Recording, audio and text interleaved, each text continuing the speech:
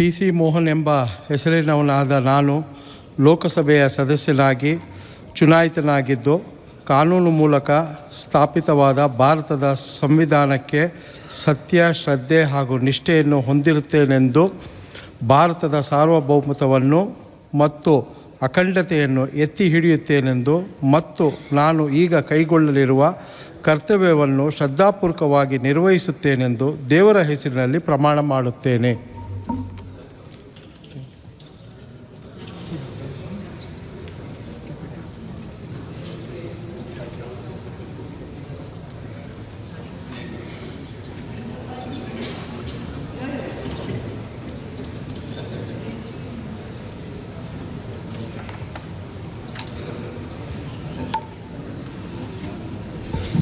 Shri Tejasvi Surya.